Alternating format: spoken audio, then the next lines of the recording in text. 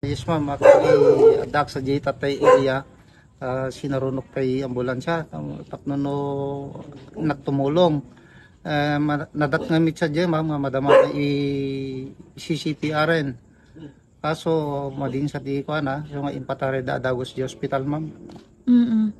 Okay, sir. So, mga anong oras tatay nga Mga makita mo sa? 4:15 to mga 4:20 kas J ma'am ti oras ma'am tay malay.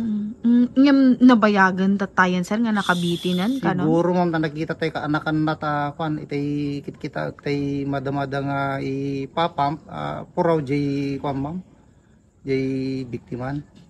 Anak nang ibitinan na magpagino. Tali ma'am nga basit lang la di kiti ara kwada pagpartingan ma'am ti kwan jay lan tay kwan na magbitin na jay baginan. Ay, Itay okay. pakita da kanyak detay tali ma'am. Kayo sir tinangi ko ana. Diyan tay kada ma'am kung loob da ma'am sa jay nakai-kuan na ini panan na DJ talingan ni nagbitin. Okay. So, kasano iti kasang pa nakakita dito ka anakan na sir? Tamo na nagtatakder ma'am kaso kita na jesa ka na lipay iso nga na nagpukpukawan nga nagpaarayat napandain ni katen so sada in CPR ma'am.